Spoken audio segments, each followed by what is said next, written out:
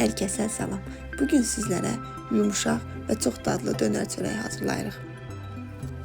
Nəzərinizə çatdırım ki, stəkan ölçüsü 200 ml-dir və bu reseptlə 6 ədəd çörək alınır. Əvvəlcə qaba ilıq suyu əlavə edirik. Üzərinə maya və şəkər tozu qatıb qarışdırırıq və 5-10 dəqiqə gözləyirik ki, maya aktivləşsin.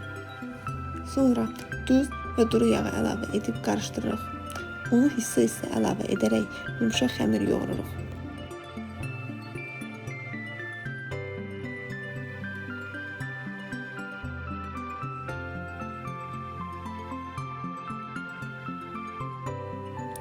Xəmiri yoğurarkən əlimizi yapışmaması üçün bir çay qaşıq duru yağ istifadə edə bilərsiniz.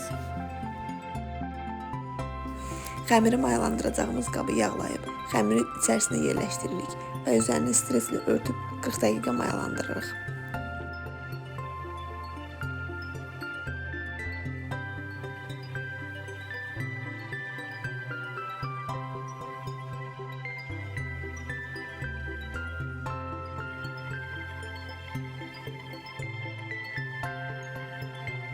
Mayalanmış xəmirin havasını alıb 6 bərabər hissəyə bölürük və kündələyirik.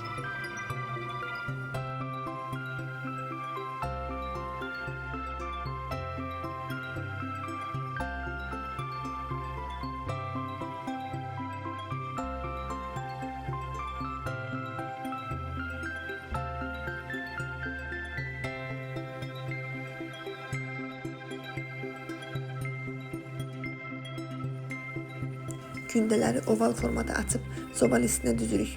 Üzərini örtüb 10 dəqiqə daha mayalanmağa qoyuruq.